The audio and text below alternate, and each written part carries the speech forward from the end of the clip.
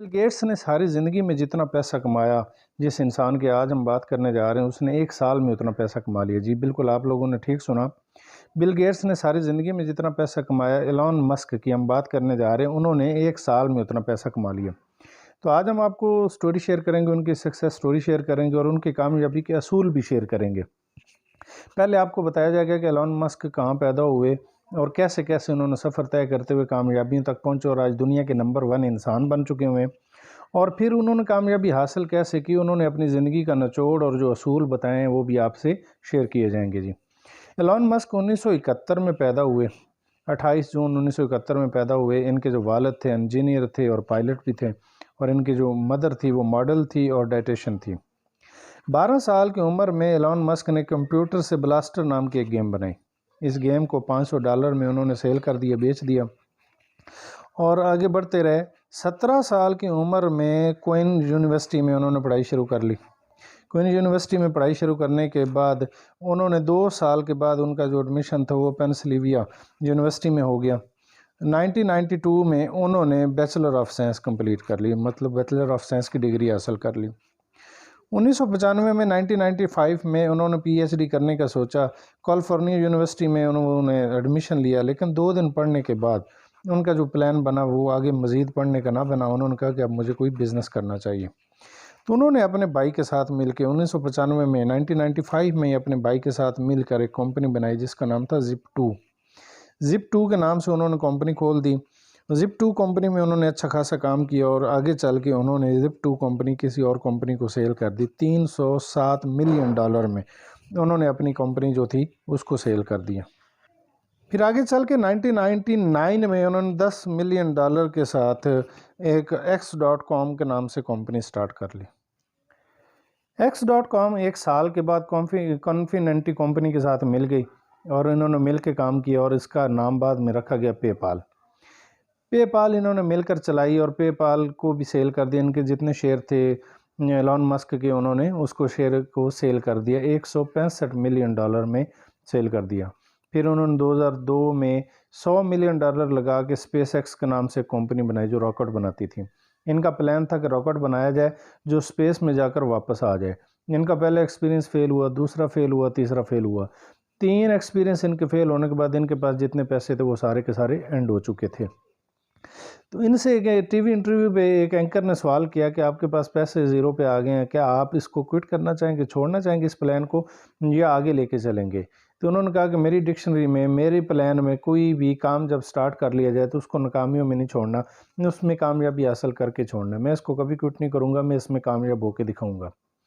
बहुत सारे दोस्तों से पैसे कर्जे के तौर पे लेना चाहे लेकिन किसी ने ना दिए। आखिरकार इन्होंने अपना घर जो था गिरवी रखा और गिरवी रखने के बाद कर्जा लिया और फिर से प्लान किया। चौथा प्लान इनका जो था वो सक्सेसफुल हुआ। फिर चौथे के बाद पांचवा, फिर आगे सक्सेसफुल होते गए और बहुत बड़े आदमी बन गए, बहुत सारा पैसा कमा लिया।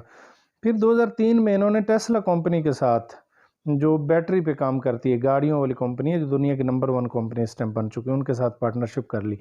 टेस्ला कंपनी जो थी वो फेल हो रही थी। उसको बताया गया कि अगर आप कामयाब होना चाहते हैं एलन मस्क के साथ बात कर लें, वरना एक 100 साल से कंपनियां गाड़ी बना रही हैं, आप इस मार्केट में कंपटीशन में फेल हो जाएंगे। तो उन्होंने एलन मस्क के साथ पार्टनरशिप की और गाड़ियों वाली कंपनी को कामयाब बना दिया। 2008 में इन्होंने इस कंपनी को भी खरीद लिया और इसके जो थे वो सीईओ बन गए।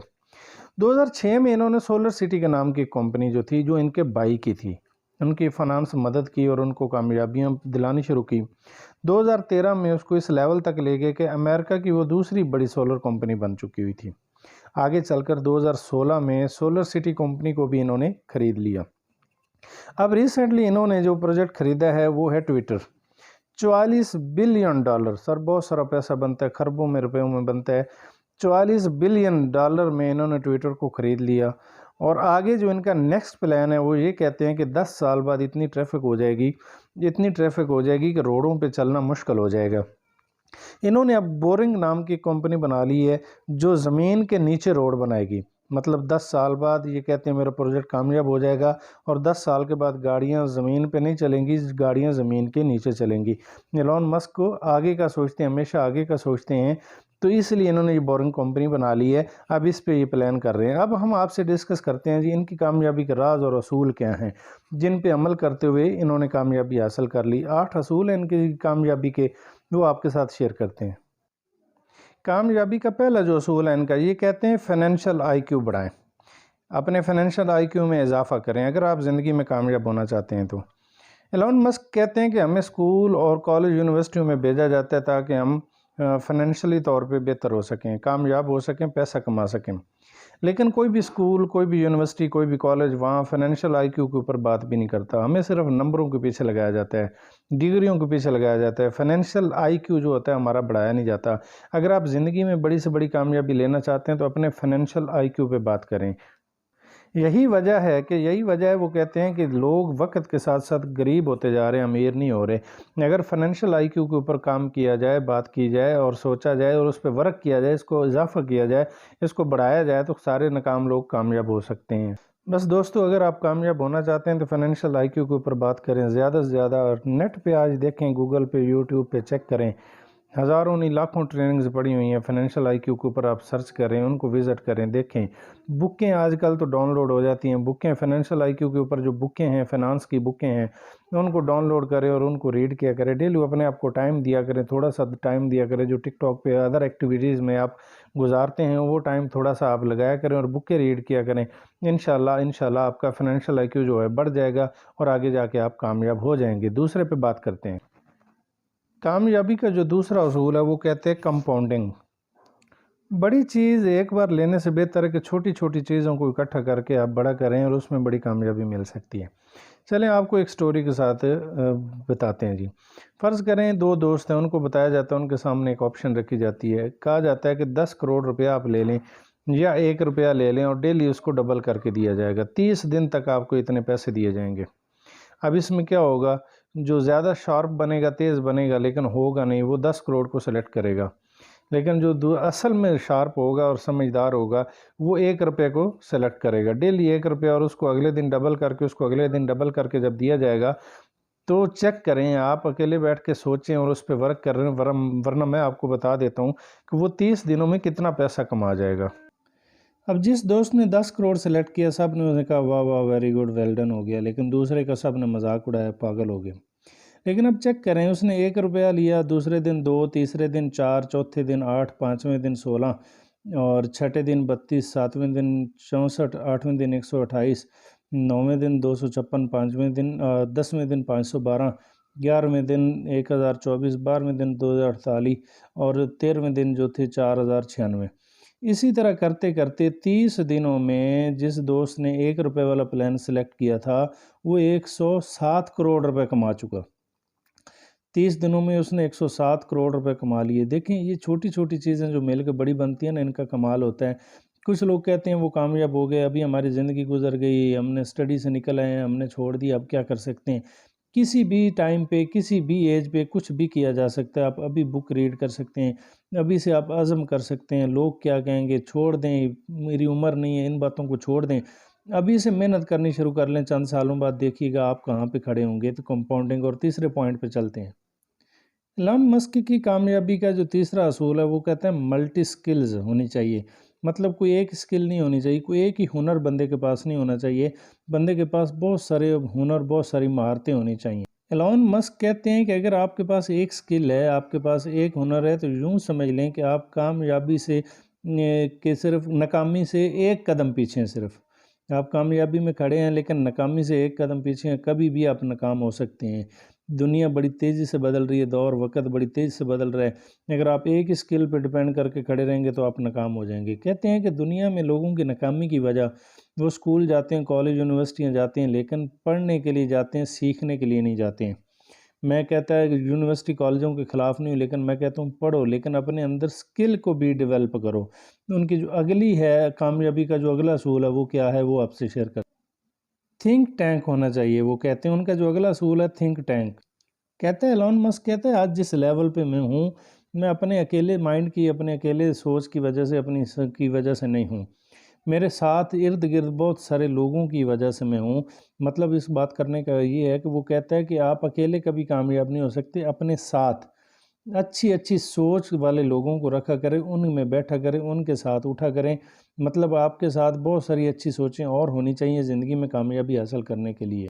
अगर चाहते हैं आप बड़ी से बड़ी कामयाबी हासिल कर लें, तो आपके इर्द गिर्द ऐसे लोग होने चाहिए जो आपसे भी ज़्यादा शार्प होने चाहिए, आपसे ज़्यादा अक्लमंद होने चाहिए, आपसे ज़्यादा जीनियस होने चाहिए, फिर ही आप ज़िंदगी में तरक्की कर पाते हैं। ज़िंदगी में कामयाब होने के लिए बस ये देखें कि वो जो लोग हैं जो इर्द गिर्द हैं वो अच्छे तजुर्बेकार भी होने चाहिए, अच्छी सोच, आपसे ज़्यादा जीनियस भी होने चाहिए, और इसका ख्याल भी रखना चाहिए वो तजुर्बेकार तो हैं लेकिन वो एतबार के काबिल भी होने चाहिए वो लोग।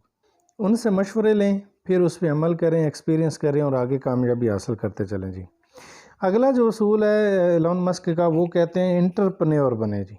एंटरप्रेन्योरशिप असल जो होती है, एंटरप्रेन्योर जो लोग होते हैं वो जिम्मेदारी लेते हैं कामयाबी की भी नाकामी की। वो असल में प्रोजेक्ट बनाते हैं, उनको चलाते हैं, उनको कामयाब करते हैं और फिर आगे उनको बेच के नया प्रोजेक्ट पकड़ लेते हैं।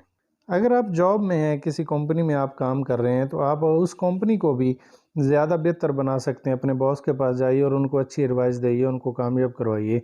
इंशाल्लाह आप वहाँ से भी बहुत बड़ा स्कोप आपके पास है, आप वहाँ से भी कामयाबी हासिल कर सकते हैं।